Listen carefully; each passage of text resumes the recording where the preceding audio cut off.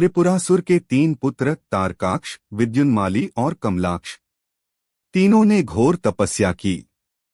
उनकी तपस्या इतनी भयानक थी कि स्वयं ब्रह्मा लोक तक में अग्नि फैल गई।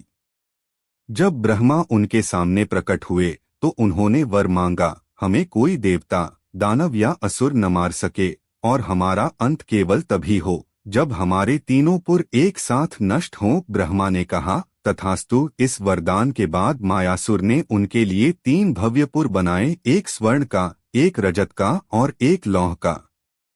ये तीनों पुर आकाश में विचरते थे और 1000 वर्षों में एक बार एक सीध में आते थे। तीनों असुरों का अत्याचार बढ़ता गया। देवताओं के लोक जलने लगे, यज्ञ भंग होने लगे और धरती भय से कांप उठी। तब देवता ब्रह्मा और विष्णु के साथ कैलाश पहुंचे। उन्होंने महादेव से विनती की, हे भोलेनाथ, केवल आप ही इस अत्याचार का अंत कर सकते हैं। महादेव ने अपनी आंखें खोलीं, उनकी दृष्टि में अग्नि जल उठी। उन्होंने कहा, जब सृष्टि संतुलन खो देती है तो विनाश अनिवार्य होता है। फिर समय आया जब तीनों पुर एक सीध में आए। आकाश कांप उठा, दिशाएं मौन हो गईं। देवताओं ने महादेव का रथ सजाया, स्वयं पृथ्वी रथ बनी, सूर्य सारथी, पर्वत पहिए और विष्णु धनुष की डोरी।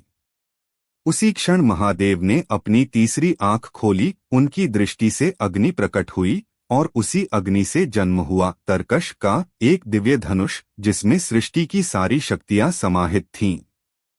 महादेव ने उस धनुष पर एक ही बाण चढ़ाया, वह बाण जो सत्य, अग्नि और प्रलय का प्रतीक था। एक क्षण में बाण चला और तीनों पुरों को एक साथ भेद गया। एक ही बाण से आकाश जल उठा, तीनों नगरियां भस्म हो गईं और त्रिपुरासुर का अंत हुआ। जब सब शांत हुआ तो केवल राख बची और उस राख के बीच खड़े थे महादेव, समाधिस्थ, शांत, निर्मल। उनके मुख पर कोई गर्व नहीं था, केवल करुणा थी, क्योंकि हर विनाश में सृजन छिपा होता है। और यही है महादेव का तरकश, विनाश का भी वह रूप जो सृष्टि को फिर से जीवन देता है।